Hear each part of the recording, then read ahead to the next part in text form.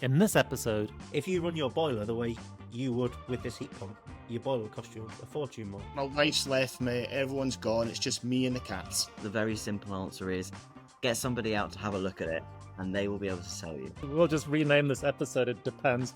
I think the biggest barrier people have is the comfort factor. It's an unknown technology, they don't trust it. And the get around there would be a hybrid. This is why I think the conversation about efficiencies is going to disappear at some point.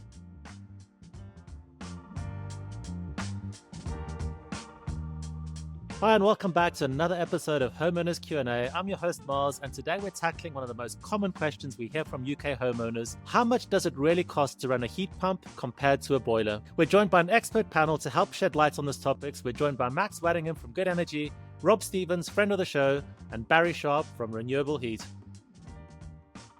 But before we get stuck in, we'd like to say a huge thank you to today's sponsor, Good Energy. Good Energy is the ideal choice for making your whole home greener. As well as providing renewable energy tariffs, the expert team install bespoke heat pump, solar panel, and battery storage solutions that integrate seamlessly to save you money and carbon. Here are just a few reasons to choose Good Energy for your next upgrade. Good Energy is the only B Corp home energy supplier in the UK, providing genuinely renewable power from over 2,500 renewable generators. Rated 5 stars on Trustpilot and Which, you'll get a great customer experience, and Good Energy only installs premium hardware that's built to last, and that's backed by long-term warranties. And there are no third parties, just directly employed, highly qualified and accredited teams that treat your home with respect. Find out more at goodenergy.co.uk. I think the most important question that people tend to ask is, how does the cost of running a heat pump compare to running a gas boiler on average? I think every answer is now just depends. I'm cautious about this question because I don't want to shout about the fact that heat pumps are better, more efficient than gas boilers. I tell them that it's a very similar running cost just now, depending on what you do. If we can get a really good system in, you will be 10, 20, 30% cheaper. If you start using, as Mick Walls has been calling it, the holy trinity of batteries and PV, you're going to start seeing huge savings. So in my own house, while my heat pump's running off the battery, because I charged it off peak, I get 70% reduction compared to gas for about 10 hours a day. I don't want people to buy heat pumps because I think they're going to save loads of money. That's not the case. This is the new norm of the heat pump installation cost. The running costs will be similar until we fix this energy price gap, and then we'll start seeing the benefits. So you mentioned that the running costs are kind of comparable, but you're factoring that in over the course of a year, because I tend to find that at this time of year, I mean, we're all sitting in minus figures probably.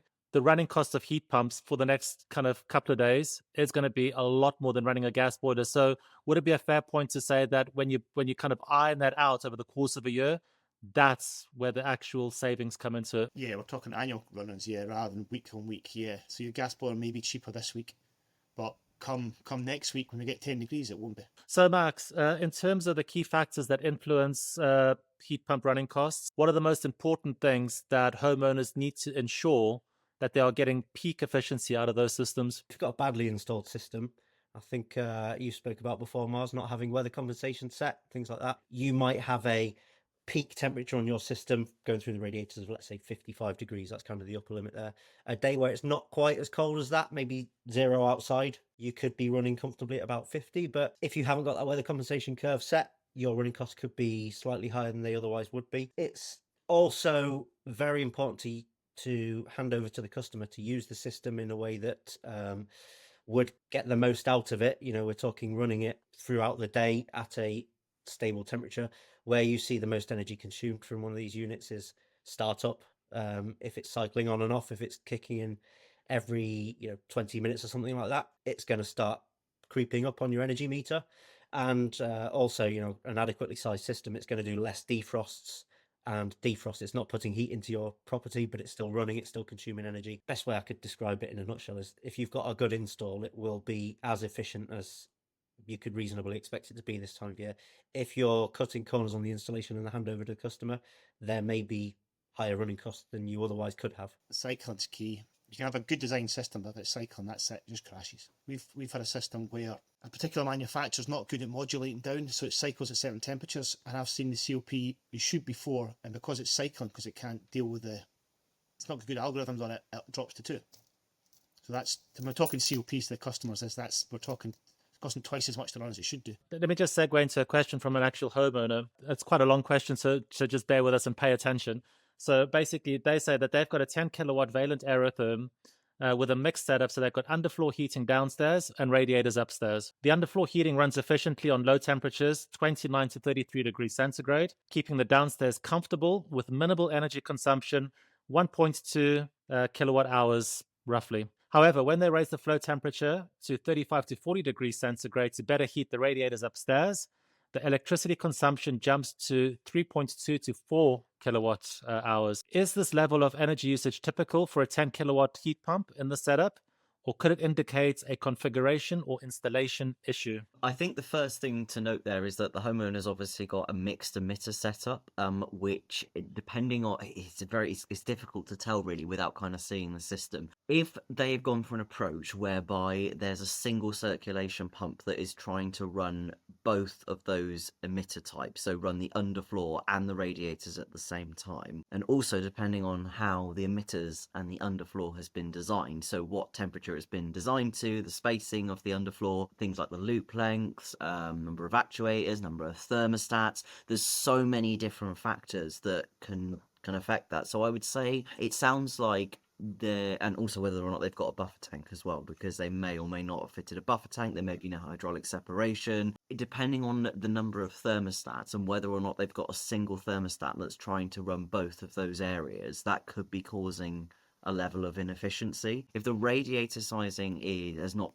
been set up for a heat pump, so say the radiators are too small, say the first floor of the property is on radiators, it might not come up to temperature. Now, if the thermostat is closer to, I guess, to the upstairs of the property than the downstairs, it's going to continuously keep trying to meet that demand, which could mean that the heat pump is just ramping itself up harder and harder and harder to try and meet the demand of the property. So, like, it is difficult to say. I think that the best thing the homeowner would probably do is get somebody to actually have a look at it, or provide them with some sort of schematic that shows them how the system is set up. Rob, the answer is always it depends. Just say it every time you ask a question, just go, it depends. Yeah, there's like 50 different, yeah, honestly, it is. There's about 50 different factors, but from like a design perspective, without seeing how it's been set up, and either that being ideally, there should have been a mechanical schematic done that shows like the flow rates, where the pumps are going to go, how many thermostats you're going to have. If you've got like 20 thermostats, again, you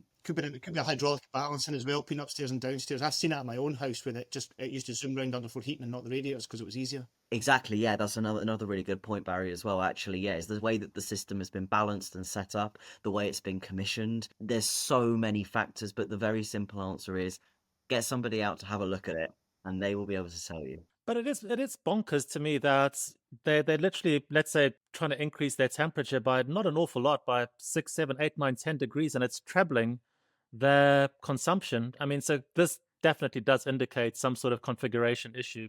I mean, you say it's not a lot, but 6, 7 degrees, you think like heat loss is not linear. So it's not like, oh, I'm going to increase it by a degree and therefore, the consumption could increase proportionately. It's not quite that simple. So the higher you're trying to push that temperature, you will see what you consider to be a disproportionate increase in cost. But actually, from like a physics point of view, from an energy point of view, there is quite a big jump between trying to push a system 1 degree, 2 degrees, 5 degrees, 7 that's actually quite a lot. Have you got questions about heat pumps and renewables? Then head over to the forums at Renewable Heating Hub for practical advice from thousands of fellow homeowners and heat pump users.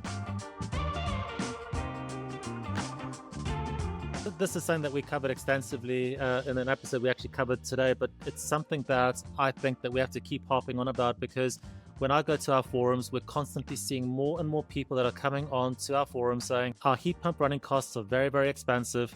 When we start asking the questions, have you got weather compensation enabled? The answer 9 times out of 10 is, I'm sorry, what is weather compensation? So Max, could you just explain to our viewers what weather compensation is and tell them why it's important to have it activated? Weather compensation, in its simplest form, basically, your heating appliance is looking at the temperature outside. It will have a curve selected, which says when it's X degrees outside, your house is going to lose this many kilowatts of heat. It will give you a preset flow temperature through your heating system that will ensure that your heating, your temperatures in your house remain kind of topped up to your set points in kind of step with the outdoor temperature. So as it gets colder outside, your house is going to lose more heat to the outdoors. Therefore, your temperatures in your radiators needs to creep up. Other way around, when it's warmer outside, you maybe need very low temperature going through your radiators just to keep it at that 20, 21 degrees. The reason that's so important is because the lower you can run your heating appliance, boiler, heat pump, anything, the lower you can run the heat coming out of that, so 30 degrees versus say 50 degrees coming out of a heat pump, the less you will pay. So the lower you can have that, the cheaper it's going to be. If you've not got weather compensation enabled, you're going to have the same energy going into your radiators at 15 degrees outside as you are when it's minus 15 outside. It's just going to be the same all the time. So that's why this sliding scale with weather compensation is very important. Homeowners don't really need to understand the details of it. It's something that they should be aware of, but the installer should just take care of. And as far as the homeowner is concerned, regardless of the temperature outside, I'm comfortable in my home. And I know that my bills are kind of kept on the straight and narrow because the installer set it up properly. You can reframe this differently, because we were talking about costs, but in actual fact, we don't talk about comfort. I've stopped talking to people about cost and talking about comfort people's houses because in the UK, we've been acclimatised to reacting to our thermostat. We wait until we're cold and then we turn it to max. And when we're too hot, we turn it back down. We're not comfortable in our own houses because we're having to constantly fiddle with a thermostat. Weather compensating gets round that because it maintains the temperature in the house without you touching anything. The reason I'm a bit wary about talking about the cost of rain, because I've found people using more kilowatt hours of heat when they get a heat pump because they've been frugal with the heating before. And when the heat pump's doing it itself, the house is now comfortable. They end up with a very similar bill, but they're actually comfortable in their own house. So put a value in that rather than the £100 you were saving on your bill. That's a brilliant point, actually, because I switched out when we moved into this house. We had an old heat-only boiler. It's a condensing boiler, but it was ramped up to 80 degrees or whatever. And we'd have the house 19 degrees for these particular hours at this particular point. And then the heat pump came in, thermostat set at 20 degrees, all day, every day. We set it back for a few hours at night to 18. And yeah, the running costs are actually, the heat pump's a little bit cheaper. It's a totally different way of using it. It's where you bang on saying you don't like to talk about running costs, because I dread this question when customers ask it, because they will say, well, will it cost me more than the boiler? It's like, if you use it the same way you use a boiler, like, yeah, maybe, but your comfort level, exactly as you say, if you run your boiler the way you would with this heat pump, your boiler will cost you a fortune more. But it's not really used in the same way. I try to talk about spreading those kilowatt hours out. So we're talking about a small window of day that you're doing the heating. So just take that big, huge chunk of energy and spread it out, and it's the same. And if you can utilize, I spoke about this on a previous episode actually, but time of use tariffs, if you can shift some of your consumption to those. I have an EV tariff here. I do my hot water overnight, get the heating boost into the house with an increased flow temperature for a couple of hours before the normal prices come back in. And redline that heat pump, and it's cheap. Exactly, yeah. So my efficiency takes a hit, but my rent actually benefit from it. This is why I think the conversation about efficiencies is going to disappear at some point, because when it comes to a point where it's so cheap, you'll just run it normal. Yeah, and you can't do that with gas. It doesn't flex in the same way. No. We'll see that coming more and more common as they get through the years. So up until this morning, I actually didn't know that boilers could actually run on weather compensation too. Is it newish boilers? Is it oldish boilers? I mean, at what point do boilers and can boilers run on weather comp? It's a £50 sensor. They just don't fit them. That's the bottom line. How many photos have I seen online of the new builds that have to fit them for efficiencies? And the first service, the guys have pulling the cover down, the wire's just sitting there because they don't know how to set it up. All it is with a gas boiler, all it's doing is adjusting the flame. Exactly the same as what a heat pump does, adjust the compressor. It's not rocket science. In actual fact, you go back 10, 15 years ago, companies used to sell you WeatherCom kits on fixed temperature boilers that just done a blending valve that just mixed it up and down. So you're still doing the same thing. Yeah, I remember this from my, 5 or 6 years I was working at Valent. The kit could weather compensate. If you get a Valent Ecotech boiler, you put a Valent control with it. If you put the outdoor sensor on, it will weather compensate. If you don't, it will low compensate, which basically just means it looks at the indoor temperature on the outside, and it does broadly the same thing. But the thing was, especially with new build, they would buy the boiler, but then they go with the cheapest Honeywell control or something, and therefore it wouldn't talk to each other, so the boiler's on or it's off. That's it. So the kit's always been able to do it. I don't think it's even mandated to... I know with Boiler Plus you have to put a compensating control on, but for new build specifically, you don't have to do any of that. No. Do you need help understanding your heat pump? Then pick up a copy of From Zero to Heat Pump Hero, an essential guide offering practical advice and basic instructions for new heat pump owners to maximize system efficiency. Available in print and on Kindle, link in the description.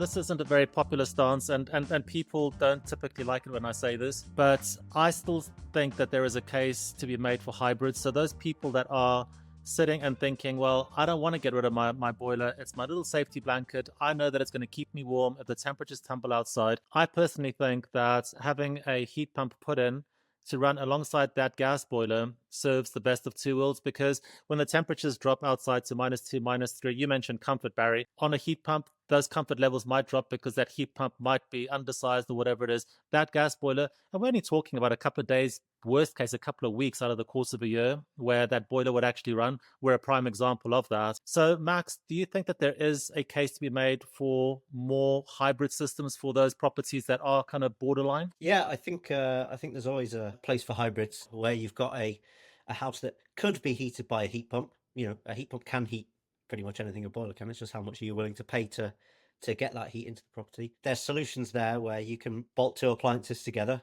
and kind of get the best of both worlds. Now, for those eco-conscious customers, it's not always the message they want to hear. Like you would be better to keep some fossil fuel appliance. It's a good way for those that are unsure, to get their toe into the renewable space, if you like. It's a good way to get rid of the vast majority of somebody's emissions for their property. For the times like today when it's -2, -3 here in Nottingham, you might be leaning on that gas boiler, but 80% of the year plus you're going to be using renewable heat through a heat pump. I absolutely think there's a place for it. Something to consider if you are doing it though, if it's dipping your toe in and you can have a heat pump but you're not really sure on the technology, you might want to think about the size of the heat pump you're getting installed. You might be offered one that will do, say, 70% of your heat load.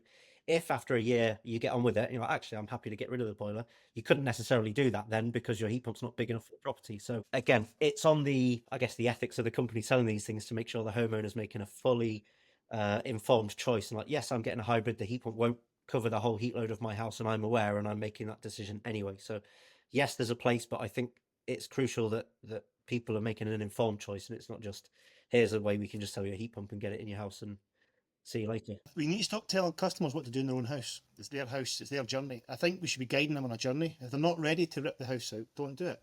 I think there's a lot more education piece about either being heat pump ready or going on that path to be heat pump ready. And you'll be surprised how little you need extra for gas. That's the other thing, because what's the stat? It's if you do 55% of the peak load, so you've got 10 kilowatt load at -5 and you put a 5.5 kilowatt heat pump in, it'll do 80% of the energy you need. The Swedes were telling us 15 years ago, why are you designing for 100%? Just do 80 and use electric immersion for the last bit. Because we've done it all wrong 15 years ago. To not letting us do that. That's a fear of hybrids, that it can be used wrongly. If you start getting hybrids and people start putting it, because we've seen it in Glasgow, they were doing hybrids with funding and they were just chucking 3.5 kilowatts everywhere. So that is never going to do anything. I just contradicted myself, because if it's a 6 kilowatt load, it would do quite a lot. I was saying that's the thing with when they did the RHI, wasn't it? The renewable heat incentive. So at the moment, hybrids are not eligible for any sort of funding. So you've obviously got to scroll up. Pardon? Oh, of course, yeah, of course in Scotland. Okay, so I speak for England, and unfortunately, Magnificent Wales, which is where I'm based as well, has got the same regulation at the moment. But on the renewable heat incentive, which was more of like a drip feeding, where you would get payments back, you would fit a heat meter, so that people, weren't just running the gas boiler, not using the heat pump, and then receiving the payments. Personally, I think that was one of the worst things that they did, was remove that for homeowners, because there are so many properties, there are people who genuinely want to decarbonise, they genuinely want a heat pump, but if and it is generally these very old properties that are hundreds of years old in the middle of nowhere, where the people have got the funds, they've got the willingness to actually want to swap out for a heat pump, but ripping up, sometimes listed buildings and all this pipe work is just not feasible. And the get around there would be a hybrid. From our perspective, and I always like what you say, Barry, about, the homeowner having to make their own decision. They're the ones that are paying the bills ultimately at the end of the day. And it obviously is going to come down to where you live in the country. So, if you are up in Scotland, it does get a lot colder. And I mean, we don't live in a particularly cold place, but, I can use, I actually wrote down some numbers. So from our perspective at the moment, our heat pump kind of runs on par with oil at that kind of 5 degrees centigrade mark and above. It's very, very similar in terms of the running costs. When we start to hit zero, that's when things start to get a little bit patchy. So, the electricity starts to ramp up. In our case, it kind of goes up 2.5 to 3 times. And when you kind of drop into the I'm going to say heavy minuses, they're not heavy minuses in comparison to Scandinavia, but when you hit -7, -8, we can pay up to £40 of electricity per day on our heat pump, which is just, and it's just not financially sustainable. Where oil for those particular days, because the boiler doesn't care how cold it is outside, would probably cost us about £6 or £7 for the duration of that time. So I'm not in any way saying that, rip out your old boiler, put in a new boiler, and put in a heat pump. But if you have got a boiler at the moment, and there is a way of actually putting a heat pump on top of that and weaning people off that boiler and maintaining bills at a healthy level, I think that that's a win-win. That's Holland's strategy. Yeah, put hybrids everywhere, because that's a good way to kind of spread it out a bit. It's the same argument as the hybrid car. No one went full electric in a car straight away. They went hybrid first of all because they didn't believe it, and then most of the guys in the hybrid are now pushing on to full electric because now they believe in technology. So it's a consumer confidence thing as well. That argument's going to go away for the consumer confidence. So again, just repeat after me. It depends. We'll just rename this episode "It Depends." I mean, this is something that is beginning to drive me a little bit bonkers, but I can understand why the metric exists. So, Max, how important is the coefficient of performance when it actually comes to looking at your system and seeing how efficient it is? Ultimately, how important is that? It's a good benchmark is what I would do, but I'll say at the start this time, it depends. If, like me, you use a system with a time of use tariff and you're trying to maximize your tariff rather than your efficiency, I can look at my efficiency and get a guide as to, is there something fundamentally wrong with my system? But I'm not looking at it and say, right, I need to squeeze every extra percentage point out of this to make the most of it. I think if you are just using it day to day, it gives you a good benchmark as to how well the system's been put in. But the reason I say it depends on this one is you might use it slightly different to the person next door, and therefore their efficiency might be 10, 20, 30, 50% more than yours because they have it on for an hour less in the evening and an hour extra during the hotter hours during the day. So it's a good benchmark. It's decent. It's like on your car, you would look at the miles per gallon. You're not going to, right, what's the decimal? Some people might, but the vast majority aren't going to be getting the calculators out, wheel rotations versus the MPG the car's giving you. But I can see that I'm about 20. I can see I'm about 30, 40, 50. It gives you that benchmark, and you can see if something's wrong with it or if it's working well. If it's way out of whack, you might then dig into it a bit more. But if it's, this time of year you're looking at it, it's about 250% today on a very, very cold day. It's running fine. I'll see how it looks over the year. This is something we're not doing that I think we should be in the industry. We're not being accountable for what we say we design. We're all putting on that MCS paperwork what we think this SCOP's going to be, but does anyone check it? In actual fact, that's a good measurement of if the design is how it should be. Also, changing SCOP's a good indication of something starting to go wrong in the system. So if you've got stuff clogging in the filter for some reason, you will see the SCOP change. Components are starting to fail, you'll see it there first. It is a good way to measure the system. Like I say, you'd know something's wrong with your car if it's high. If you're looking at your petrol leak and you start getting really poor miles per gallon, you would know there's something wrong. I think there's two things there, isn't there? There's following up with the customer, with the homeowner after the system has been installed, which I personally always thought was really, really important, was give them a ring and say, how's the heat pump? A week or 2 weeks or however soon. I tend to do it like literally the day after I was fitted. I was like, I spoke to a lovely on my last job, really lovely gent, really, really lovely guy, and he had a very old heat pump that had failed, and we swapped it over for a lovely new Gen 7, really good, a little bit of a tricky swap out, but it worked, and I literally gave him a call the next day. I was like, were you nice and warm? And he said, I was too warm. How do I turn the heat pump down? So honestly, and I had to talk, we went through the settings and actually ended up setting it up completely on water law. And the difference, and this was in November, so it was fairly chilly. The difference is staggering. Now, if we had been changing all the emitters, because actually the pipework wasn't properly sized, we could have done even more with it, but we were kind of just working with what it is. So I think it's always giving, from an installer's point of view, to do that check-in and say, how is your system performing? But also bearing in mind that, yes, COP is a good, it's an instantaneous or a rough average measure. So like the guys have said, it's a brilliant benchmark, but it's only going to measure COP when it's running, and it's going to very much depend on how you are using your system. If you're running it all the way through the night and you want 21 degrees in your home all night, you are not going to see as good of average of a COP. So you've got to make sure that when you are doing that comparison, you're comparing it like for like. We do something where every winter, kind of coming into the heating season, we'll send what we call winter tips, and it's like, off the data we've had from the heat pump all year, this is what we think I'm writing that down. this is what we think the efficiency should be. This is where you are. Here's a few tips that we've seen through our monitoring that maybe you could tweak, this, that, or the other. Kind of like a health check, or winter health check, if you like. But you're exactly right. We have homeowners who follow how we recommend they use the system to the T, and they do that. And then you have some homeowners you could give all the guidance you want in the world, and they'll still run it 2 hours in the morning, 2 hours in the evening, and their COP is not going to be anywhere near what you say it is, but you can at least say, hey, here's some tips. And that's where, for me, if you didn't know anything about those systems and you just went and looked at the COP, you've got two opposite ends of the scale, and just looking at nothing else, you'd be like, oh, I don't know what's different here. So it's really good to say, well, something's different with this one because it's not performing great, but you can't really deduce much from it. You have to dig into, well, how's it used? Do you live in a colder place than that? Are you at 100 meters elevation and this person's at sea level? Any number of things. So it depends. It depends. Get that in your t-shirt, Mars. Planning to install an air source heat pump? Then get your copy of Bodge Buster. It's packed with must-ask questions, real homeowner insights, and a practical guide for a smoother installation. Available in print and on Kindle. Link in the description.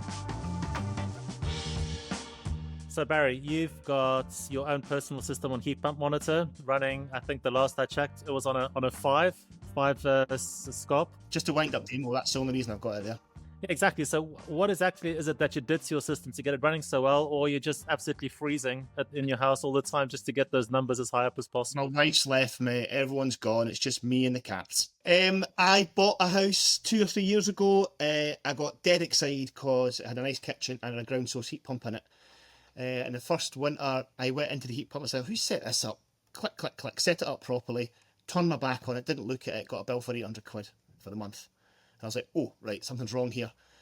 I assumed that there was something wrong with the collector because the brine temperature was like -8, -9. So on a ground source, you want a brine temperature, brine meaning the pipe in the ground. The ground source temperature was way off, way low, and I thought it is sucking heat out the ground. So it was starting to lose efficiency. The garden was a beautiful garden, driveway. I couldn't get pipes from A to B. I thought, right, I use something called NIBE PVT. So I've actually got the screen open next to me.